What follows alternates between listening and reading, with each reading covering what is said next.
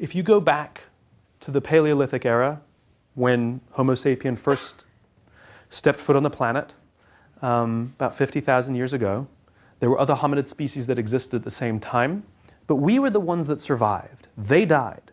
We weren't necessarily the strongest, we weren't necessarily the fastest, and yet we've done quite well. Look at this remarkable world that we've built. One of the huge advantages we had and have is that we are social animals. And things like trust and cooperation are absolutely essential for our survival. They're not just nice ideas, they're absolutely essential. You can imagine why. When we existed, when we lived in populations that never really got bigger than about 150 people, for 40,000 of the 50,000 years we've been on this planet, we never lived in populations bigger than 150 people. I understand scale presents some inherent problems.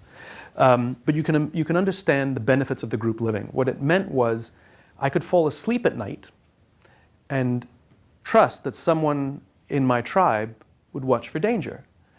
If I didn't trust the people in my tribe, I couldn't go to sleep. And this is not a very good system for survival or performance or anything, any other metric. It's the same at work. When we work with people with whom we trust, I don't need to double check your work. I don't need to see it before it goes out.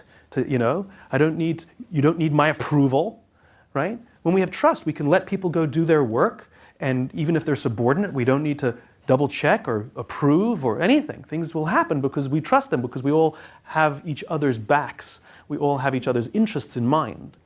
The problem with things like trust and cooperation is that they are not instructions. I can't simply tell you, trust me.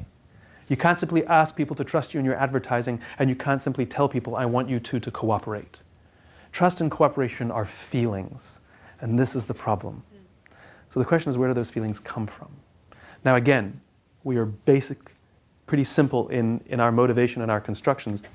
You can imagine what color should I use? You can imagine what life must have been like in these Paleolithic times. It was a world filled with danger. All of these forces working extremely hard to kill us.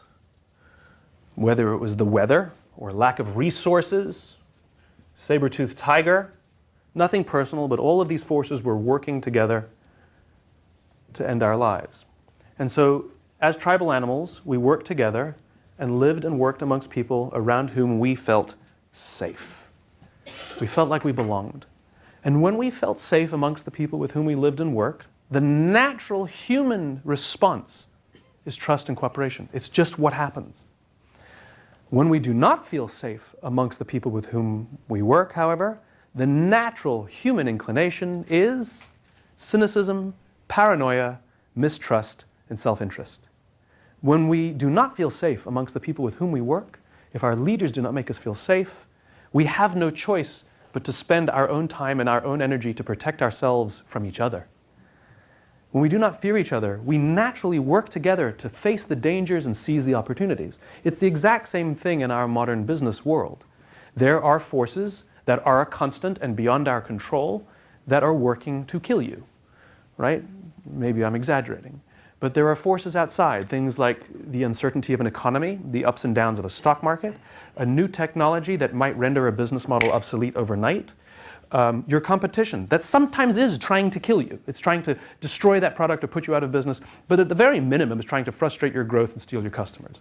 These forces are constant, and you have no control over them and never will. The only variable are the conditions inside the organization. And when those conditions are set in a manner that allows us to feel like we can trust and cooperate, we do. This is what leaders are supposed to do.